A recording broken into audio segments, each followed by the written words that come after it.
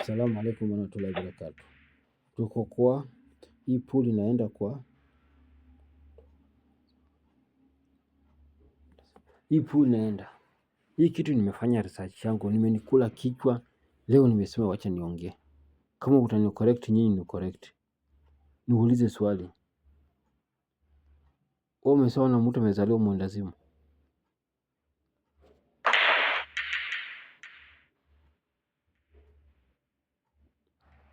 Mimi nauliza tu swali, umeshaona mtu amezaliwa mwendazimu? Research ambayo nimefanya au bila matazamo yangu nimeona uendazimu. Mimi kulingana na mimi nimeona kuna uendazimu nakuja kwa njia tatu according to me.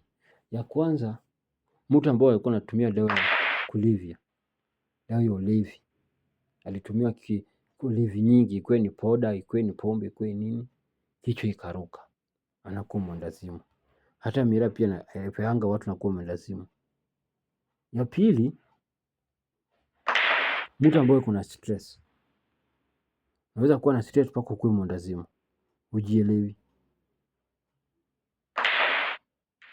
Ya tatu, mtu ambaye saa ingine wazazi ukoo wamemroga. Unanigeti?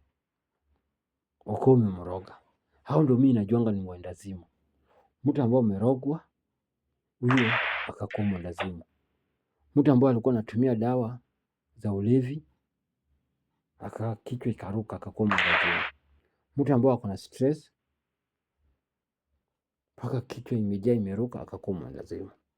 Lakini mtu amezaliwa mwendazimu? Hapana, hakuna mtu anazaliwa mwendazimu, sijawahi ona.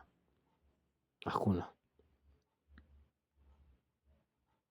sijaona mtu amezaliwa mwendazimu.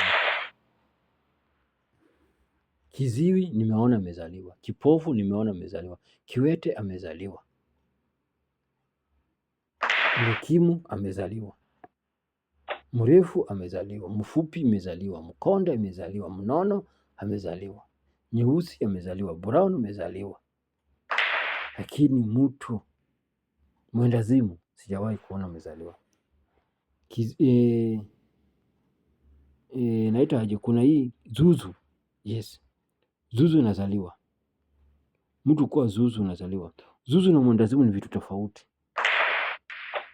Zuzu ni ule mtoto ajielewi, anasubasubua, hiyo ni zuzu. Zuzu ni ule mtoto wengine unapata anatoa mate,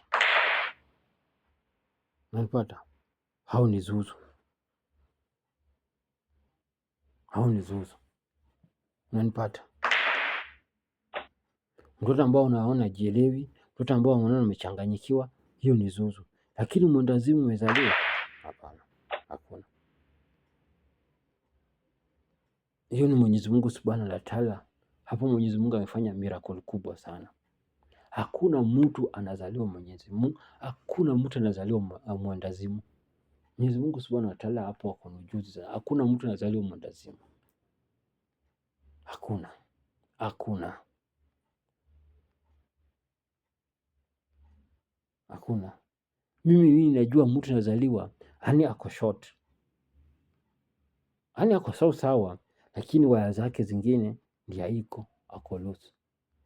Hiyo iko. Alafu wale wamezaliwa zuzu wako. Alafu wale ambao wanalizwa na disable yoyote.